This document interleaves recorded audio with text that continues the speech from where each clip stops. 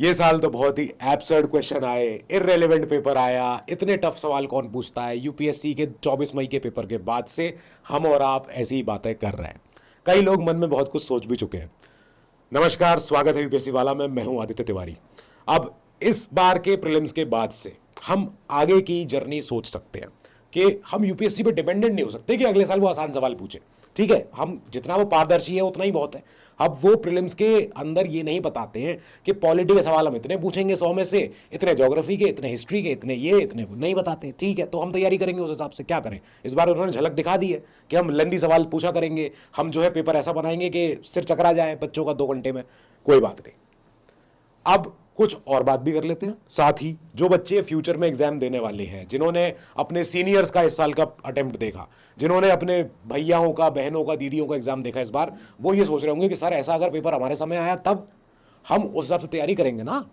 Now यहीं पे question का आंसर कर लेते हैं कि किसको कोचिंग क्लासेस, संस्थान, इंस्टीट्यूशन जरूरत नहीं है, किसको नहीं है जरूरत। जो ऑलरेडी डिसिप्लिन में है, जो ऑलरेडी कंसिस्टेंट है, जिसके घर में हमेशा एकेडमिक माहौल है, जिसको पता होता है कि साहब मेरा अगले 12 महीने या अगले 24 महीने की जर्नी ऐसी होगी, तो वो तो फिर कोचिंग, टेस्ट सीरीज, आंसर ये सब मत ले, कुछ नहीं। ठीक है, क्योंकि उसे पता है कि उसकी तैयारी कैसी होने वाली है। लेकिन जो डिसिप्लिन में नहीं है उसके लिए क्लासेस, कोचिंग अहम हो जाती है। मैं क्यों बोल रहा हूं ये बात? अगर आप अपना पिछला हफ्ता देखेंगे और अगर आप पाएंगे कि हाँ मैं डिसिप्लिन में था, तब तो बात खत्म हो गई, ठीक हो गई। लेकिन आप अगर अपना पिछला हफ्ता देखिएगा, उसमें अगर पाइएगा कि हाँ सर मैं पिछले हफ्ते संडे को मैंने ये किया, मंडे को ये किया, ट्यूसडे को मैंने पता नहीं क्या किया, मुझे मुझे वेंसडे को याद नहीं है, थर्सडे को मैंने ऐसा सोचा था पर ये हो गया, then you are not in discipline. Clear बात है। जब आप डिसिप्लिन में नहीं होते हो तो फिर आपको कुछ ना कुछ एक डायरेक्शन, एक गाइडेंस, एक कंट्रोल की जरूरत होती है कि हाँ साहब आपकी क्लास होगी शाम को 5 बजे, आपको उसको रिवाइज करना है, उसके लिए क्वेश्चन करने हैं, उसके अराउंड के सारे सवाल जवाब करो। ये इंपॉर्टेंट है। ठीक है, तो यहां से तो डिसीजन एक हो गया कि हाँ साहब हमें कोचिंग चाहिए, हमें कोचिंग नहीं चाहिए, बात खत्म हो गई। अब जो इस एग्जाम की जो जर्नी है, एक दिन की तो है नहीं कि कल एग्जाम है परसों आईएएस बन जाऊंगा, तरसों से जॉब पे चले जाऊंगा मैं, नहीं, ऐसा तो है नहीं। जो 5-6 लाख बच्चे बैठते हैं, इन 5-6 लाख में से टॉप के 50,000 की कोई गलती है ही नहीं। ये 5 लाख बच्चे हैं, एग्जाम भर रहे हैं, हर साल फॉर्म भर रहे हैं, क्या करें। और उसके बाद जो सेलेक्ट होते हैं ऊपर के 12-13 हजार बच्चे, जो कि मेंस लिखते हैं फिर paper exam. Prelims is tougher than mains. Prelims is an exam of selection, जो भी कह लो आप, रिजेक्शन, कुछ भी आपका मन करे। यहां से एलिमिनेट हो जाते हैं बच्चे। यहां तो मेंस में जो क्वेश्चन आते हैं वो तब भी फ्रेंडली होते हैं, वो तब भी फेमिलियर होते हैं। जिस बच्चे ने जीएस 2 के 500 से 600 सवाल लिखे हों, उसको फिर जो क्वेश्चन देखेंगे ना, वो क्वेश्चन उसको फेमिलियर लगेंगे कि हाँ सर ऐसा ही मेरे क्वेश्चन तब भी किया था, हो जाएगा। अब फिर बचे हुए आते हैं, फिर वो इंटरव्यू में आते हैं हमारे 1200-1300 बच्चे, जो भी मैं एक रफ नंबर ले रहा हूँ, 1500 के आसपास जब भी होते हैं वो बच्चे। और फाइनली लिस्ट आ जाती है एक 700-800 लोगों की, 900 लोगों की, कभी 1000 लोगों की। इस लिस्ट में और यहां बैठी हुई भीड़ में फर्क क्या है? कुछ तो होगा फर्क। यस, है फर्क, ये फर्क है। क्योंकि जो बच्चे ऊपर बैठे हैं उनको पता होता है कि ये हमारी जर्नी सर बहुत लंबी है, इस जर्नी में हमें उतार चढ़ाव आएंगे, डिप्रेशन भी होगा, मन खराब हो जाएगा, हताश हो जाएगा, लेकिन हम पार कैसे पाएंगे। वो बच्चे जो ऊपर बैठे हैं यहां लिस्ट में, इन बच्चों ने कभी अपना डे टू डे प्लानिंग नहीं करी थी कि मैं सर आज मैंने पॉलिटी पढ़ी, कल देखूंगा, नहीं। उनका month on month, year on year उनका मन में एक कैलेंडर चल रहा होगा कि जब भी उनका एग्जाम है, मान लो 2027 में है, 2028 में है, तो वो बच्चा अभी से अगले साल तक की उसके मन में, दिमाग में प्लानिंग होगी कि साहब मेरे पास 1 साल है, तो मुझे इस समय तक ये, इस समय तक ये, इस समय तक ये खत्म करके फिनिश करना है। पहली चीज। दूसरी चीज, वो इस भीड़ से डरेगा नहीं। ये जो नंबर यहां दिख रहा है 5-6 लाख बच्चे, 10-11 लाख तो फॉर्म ही भर रहे हैं, 5-6 लाख अपीयर हो रहे हैं, ये इस भीड़ से वो बच्चा कभी डरेगा नहीं जो ऊपर बैठा है यहाँ पे, क्योंकि उसको पता है साहब मेरी मेहनत है, ये मैंने करी है। प्रीलिम्स मेंस कैसा भी सवाल आए मुझे रेडी होना है ना, बाकी की चिंता थोड़ी है मुझे। तीसरी चीज, यहां पे आपका एनवायरनमेंट बहुत मैटर करता है। माता पिता, दोस्त, कोई भी आपके टीचर्स, कोई भी आपके मेंटोर्स, कोई भी आपके और लोग हो सकते हैं, रिश्तेदार, पड़ोसी, नातेदार, जो भी हो, आपका एनवायरनमेंट कैसा है? प्रोटेक्टिव है, सपोर्टिव है, वेरी गुड। नहीं है, देन आपके पास अकेलापन है। और अकेलापन भरने के लिए आप क्या करते हो? आप जाते हो सोशल मीडिया के पास, इंस्टाग्राम, ट्विटर, यूट्यूब, फेसबुक, मैट, जो भी चीज़ है। आपकी फीड कैसी है? कि आपकी फीड में अगर ड्रामा आता है तो फिर आप ड्रामा ही अट्रैक्ट करोगे अपनी जिंदगी में। ड्रामा नहीं चाहिए जीवन में। हमारी फीड वो हो जो हमें एनरिच करे, जो हमें एनहांस करे, वो हमारी फीड होनी चाहिए। चाहे हम भैया कोई हमारा दोस्त हो नहीं हो, लेकिन हम अगर सोशल मीडिया पर स्क्रॉल भी कर रहे हैं तो हम कुछ सीख रहे हो। कुछ क्वांटम मैकेनिक्स की रीलें आ रही हूँ, बड़ी अच्छी लगती है। स्पेस टेक्नोलॉजी की रीलें आ रही हूँ, बड़ी अच्छी लगती है, तो वो आए कम से कम। ये बेवकूफ़ी की इधर उधर की रीलें नहीं चाहिए कि ट्रेंड क्या है आजकल और वो सब नहीं। यहाँ जो बच्चे बैठे हैं बहुत डिफरेंट है इन लोगों से, बहुत ही ज़्यादा। ये होगा, आप देखना।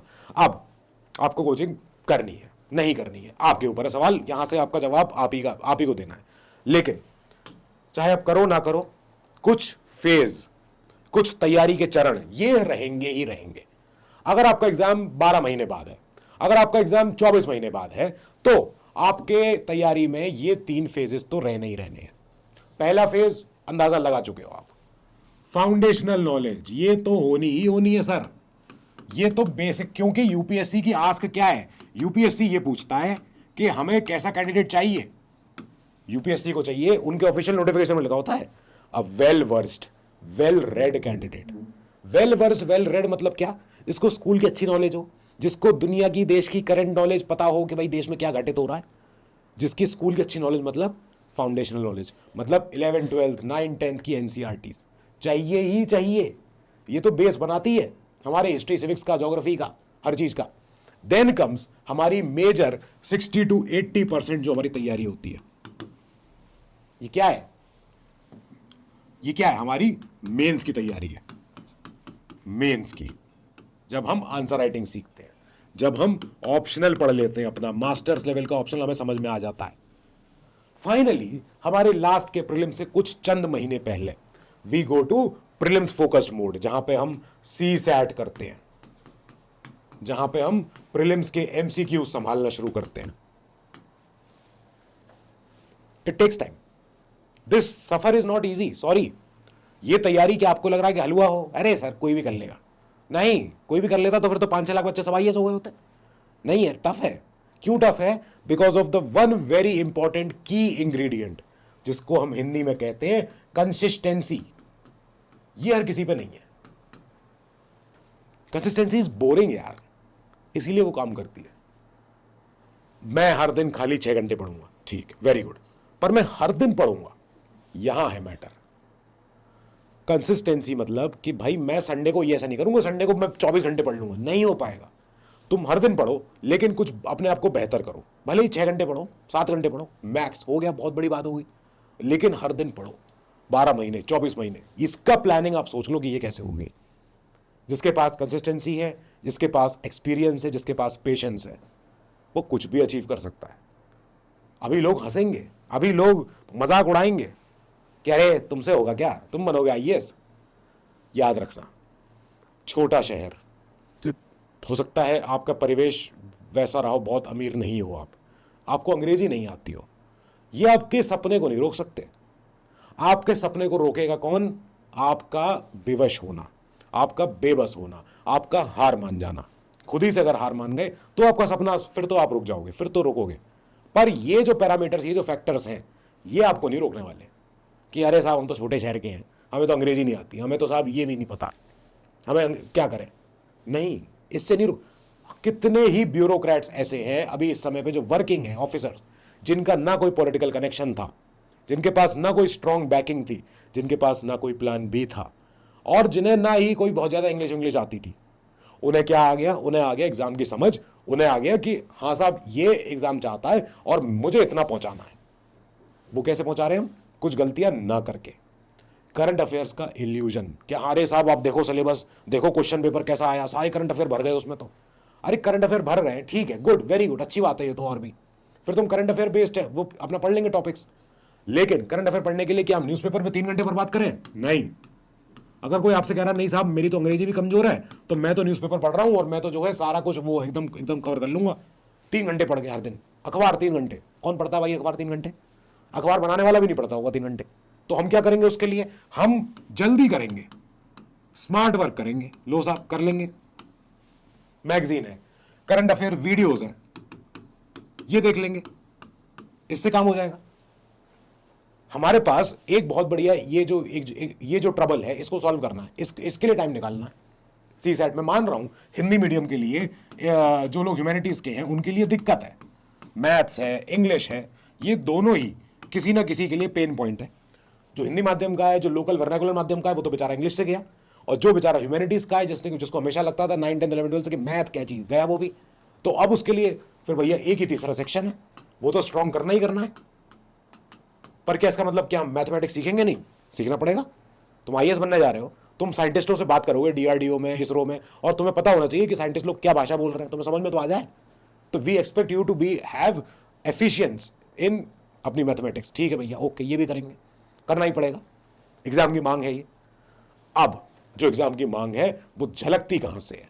वो झलकती है पीवाईक्यूज से, analysis. I can show you कि कैसे भले क्वेश्चन रिपीट नहीं होते होंगे लेकिन थीम्स रिपीट होती हैं।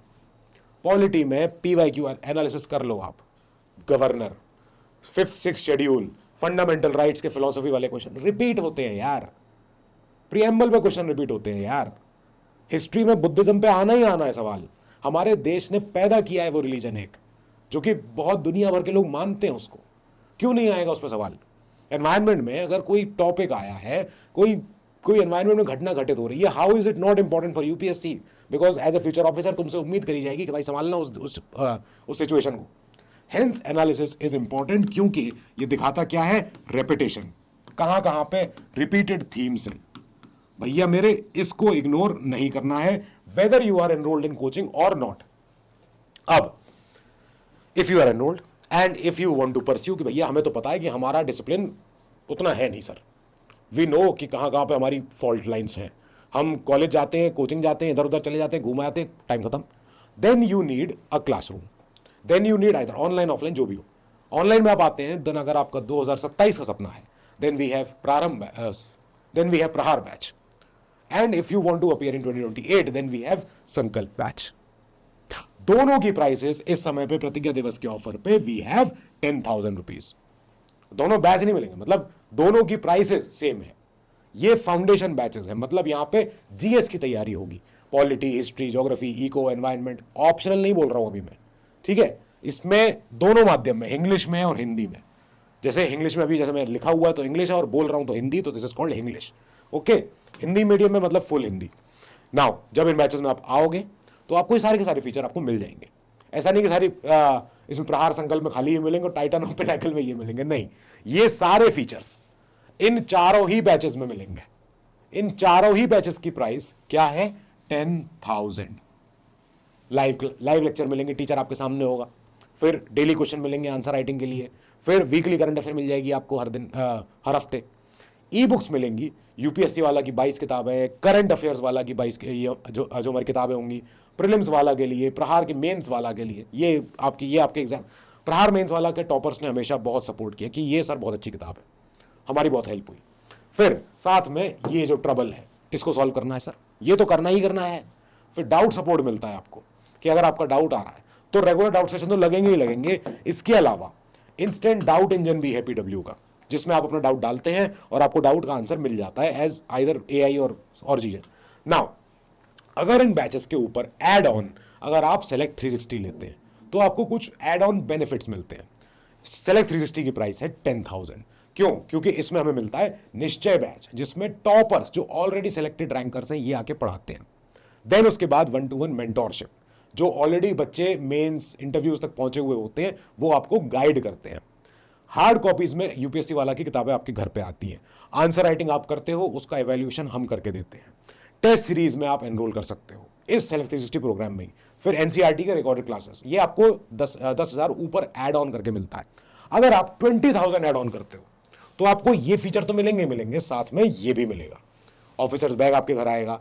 जो आपका प्लान भी कुछ हो सकता है कि भाई हो सकता है कि सर मैं साथ में यूपीएससी के साथ साथ सीएपीएफ तैयारी कर लूँ, मैं arm police forces almost same syllabus है, आरबीआई ग्रेड भी ऑलमोस्ट सेम सिलेबस है, ईपीएफओ ठीक है लगभग सेम है, नाबार्ड ये भी है। ये सारे एग्जाम ऐसे हैं जो यूपीएससी से लिंक्ड एग्जाम है, एंसिलरी एग्जाम्स है। इसके अलावा पीडब्ल्यू का पाई ओटीटी सब्सक्रिप्शन आपको मिलता है। तो ये इसकी फीस कितनी है? इस सेलेक्ट 360 प्रो की फीस है हमारे 20,000 बैचेस के ऊपर, ओके। सो नाउ अब आगे चलते हैं कि सर, लेकिन ये तो सर बात वो हो गई जो जीएस की है। What about optional? If you are preparing for optional, then 2027 के लिए, 2027 के लिए इंग्लिश और हिंदी माध्यम में ये आपके सातों सब्जेक्ट आपको मिलते हैं। एंथ्रो, सोशियो, पीएसआईआर, ज्योग्राफी, ये हमारा हिस्ट्री, पब एड और हिंदी। हिंदी तो हिंदी में ही मिलेगा, ये इंग्लिश में नहीं हो सकता। इनकी प्राइसेस 10,000 है, ये रिवील हो चुके और ये भी प्रतिज्ञा दिवस के ही ऑफर है। सो चलिए, ये तो बात हो गई। लेकिन वो जो बच्चे तैयारी अभी भी डाउट में है कि सर घर पे बात हमने कर ली है, लेकिन अभी भी दोस्त लोग ये कह रहे हैं कि बहुत टफ है जर्नी, तुमसे ना हो पाएगा। हर उस घर में मिठाई जाएगी जहां से आवाज आई थी कि तुमसे ना हो पाएगा। बस इतना याद रख लो, मन में नाम नोट कर लो। कुछ नहीं जवाब देना है, चुपचाप घिसना है, हंसने दो, बोलने दो इन्हें। ये अपने आप और लोगों से बोला करेंगे तुमको, यूट्यूब पे देख के, टीवी पे देख के कि अरे ये हम जानते हैं इनको, ये हमारे पीछे रहा करते थे, हमारे कॉलेज में थे, हमारे पड़ोस में रहते थे। सबका समय आता है, समय सबका बदलता है। So wait for your time, trust your mind, trust God and trust on your system कि हाँ तुम तैयारी कर रहे हो, तुम भरोसा कर रहे हो कि टीचर आपको पढ़ाएंगे, आपके नोट्स पूरे बनेंगे। एग्जाम टफ आएगा, सबके लिए टफ होगा, ठीक है, कोई बात नहीं, मैं अपना बेस्ट दूंगा या दूंगी, तो ये आपके ऊपर है। याद रखना, चढ़ाई जितनी ज़्यादा हार्ड होगी, हाइक जितनी ज़्यादा पहाड़ पर चढ़ाई टफ होगी, उतना ही नज़ारा सुंदर होगा, उतना ही, उससे अच्छा भी हो सकता है। ऊपर चढ़ के जाओ तब दिखेगा ना कि अरे इतना ऊंचा पहाड़ था, इसके ऊपर से ये दिख रहा है, वही बात है। सो ठीक है, तुम्हें तो उन सब की मदद भी करनी है जो आपको आज नकार रहे हैं। जब तुम तैयारी करना शुरू करोगे इस एग्जाम में, तुम समझ जाओगे कि तुम इन रिश्तेदार जो तुम्हें पीठ पीछे तुम्हें बोलते हैं, उल्टा सीधा कहते हैं, तुम उनकी भी मदद करना चाहोगे। ये एग्जाम तुम्हें ऐसे ही ट्रेन करता है। सो ये तो वो बच्चे हैं जो आगे आगे चल के सोचेंगे कि हम तैयारी करेंगे। जिन बच्चों को इस साल मेंस देना है, उन बच्चों के लिए बेटा बच्चा सृजन का मेंस प्रोग्राम है 2026 के लिए। जिनको इस साल अगस्त में मेंस एग्जाम लिखना है यूपीएससी का, तो आपके लिए 4,000 रुपए में आप ज्वाइन कर सकते हैं सृजन कोर्स। नाउ सृजन, अगर आप अगले साल एग्जाम देना चाह रहे हैं 2027 में, तो प्रीलिम्स और मेंस दोनों के लिए आप तैयारी कर सकते हैं 8,000 के इस फीस के साथ। आपके सपने बहुत ऊंचे हैं, आपके सपने बहुत बड़े हैं, और उन सपनों की मैं इज्जत करता हूं। उन जो आपके अंदर ड्रीम्स है उसको मैं सजदा करता हूं कि आप बहुत बड़ा सपना लेके आए हो। घर परिवार की आपको ज़रूरतें पता है, आपको पता है कि आप किस हालात में हो, और जो आपके मन के अंदर जो सवाल चलते रहते हैं वो खाली आप जानते हो, आपका ईश्वर जानता है। आप बहुतों से शेयर नहीं कर पाते हो अपने सवाल जवाब, पर आप कुछ मन में कुछ चाहते हैं जो आपको चाहिए ही चाहिए। May be what you seek is seeking you. हो सकता है आप ही जैसे ऑफिसर को यूपीएससी ढूंढ रही हो। आई बी ऑनेस्ट विद यू, हो सकता है कि आप ऐसी पीढ़ी के ऑफिसर निकलो जो कि हमारे इस सिस्टम के कई सारे गंदे लोगों जैसे ना बनो, आप बेहतर बनोगे। May be what you seek is seeking you. ये बताना अगर आपको पता होगी कोटेशन किसने दी थी। ये कोटेशन आप ही के लिए, आप इसको ऐसे वगैरह में यूज करते हैं लड़के बच्चे। सो विद दैट हम इस सेशन को क्लोज करते हैं और अलविदा लेते हैं आपसे। तो एग्जाम टफ था, आगे वी डोंट नो कैसा होगा। मे बी यूपीएससी की झलक थी, मे बी यूपीएससी ने खाली इस साल चौंकाया है, मे बी यूपीएससी अगले साल आसान सवाल पूछ ले, we don't know, but we will prepare our best. हमसे अच्छा कोई और अटेम्प्ट नहीं देगा, ये प्रण लेना है। And with that I take your leave. All the best, stay safe, stay sharp.